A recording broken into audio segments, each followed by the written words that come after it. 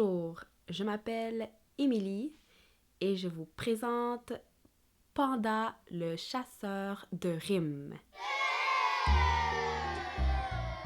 Savez-vous qu'est-ce qu'une rime? Difficile question, n'est-ce pas? Eh bien, il faudrait d'abord connaître la définition d'une rime. La rime, en poésie ou en théâtre, est lorsqu'on retrouve le même son à la fin d'un vers ou d'une phrase. Pour mieux comprendre, voici un exemple. Voici un extrait du poème Le chat et le soleil de Maurice Garin. Voilà pourquoi, le soir, quand le chat se réveille, j'aperçois dans le noir 2 morceaux de soleil. Ici, il y a la répétition du son war et hey. Voilà les 2 rimes. Il existe 3 types de qualités de la rime. Les rimes pauvres, également appelées les rimes plates, lorsqu'il y a reprise d'un seul son en commun. Les rimes suffisantes, lorsqu'il y a reprise de 2 sons en commun. Les rimes riches, lorsqu'il y a reprise de 3 sons ou plus en commun. Panda, accompagne-nous.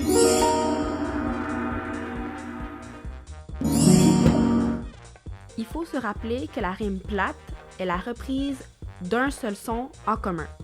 Exemple, battu et perdu, nous avons la reprise du son U. Ami et souris, la reprise du son I.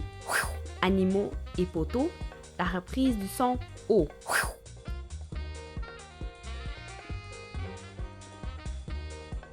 La rime suffisante est la reprise de 2 sons en commun. Exemple, les mots cheval et fatal, nous avons la reprise des sons al. Mûr et dur, la reprise des sons ur. Lune et dune, la reprise du son une.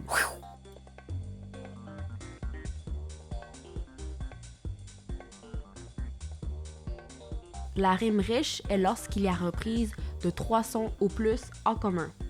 Exemple, les mots mineur et bonheur, on a la reprise des sons nord. Les mots grise et brise, on a la reprise des sons rise. Les mots cheval et rival, la reprise des sons val.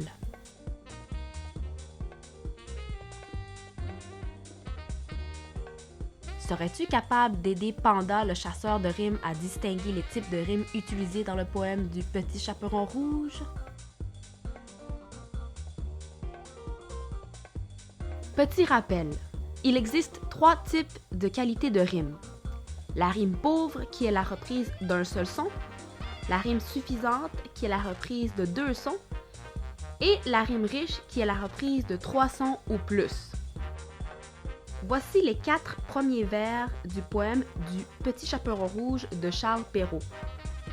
Peux-tu distinguer la qualité des rimes ici?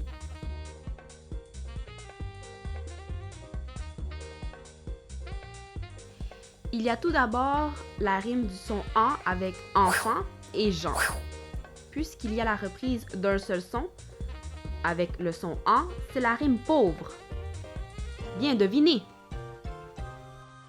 Bravo, tu as bien deviné la deuxième réponse. Ici, il y a la rime suffisante puisqu'il y a la reprise de 2 sons, avec la rime « et », avec les mots « fille » et « gentille ».